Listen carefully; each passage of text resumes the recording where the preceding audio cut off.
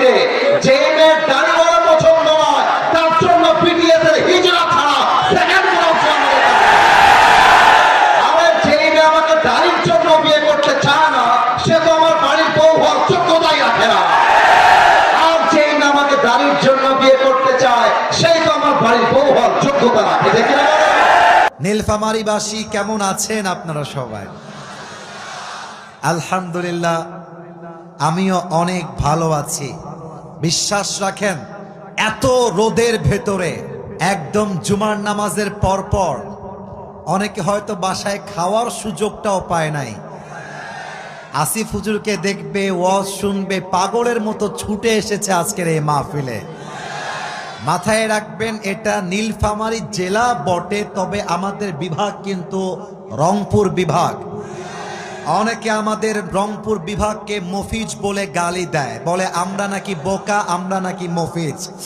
ওই বেটাদেরকে বলতে চাই, বেটা এই রংপুরের মফিজ না থাকলে দেশটা সেকেন্ড টাইম স্বাধীনিত হতে পারতো না। এই মফিজরা আছে বলে তোমরা বুক ফুলিয়ে কথা বলো। এই মফিজরা আছে বলে আজকে আলেমরা হক কথা বলতে সাহস খুঁজে পায়।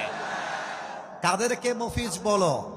এই মফিজরাই 5 আগস্টের আগে বুকের তাজা রক্ত দিয়ে দেশের মাটির জন্য শহীদ হয়েছিল।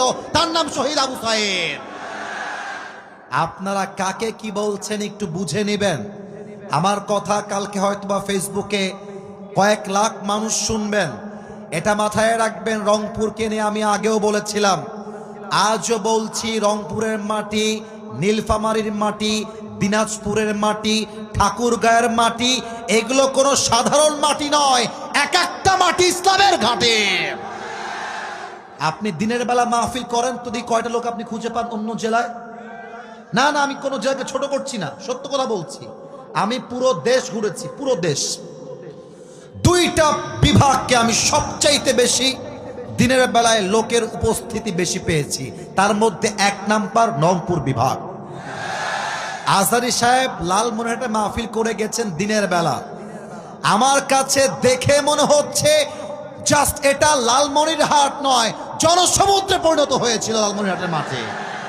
এটা আমাদের সেই রংপুরের মাটি, এটা আমাদের নীলফামারীর মাটি, এটা আমাদের ডোমারের মাটি।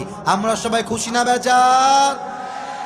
তবে গত বছর ডোমারে এসে আমি আঘাতপ্রাপ্ত হয়ে গেছিলাম।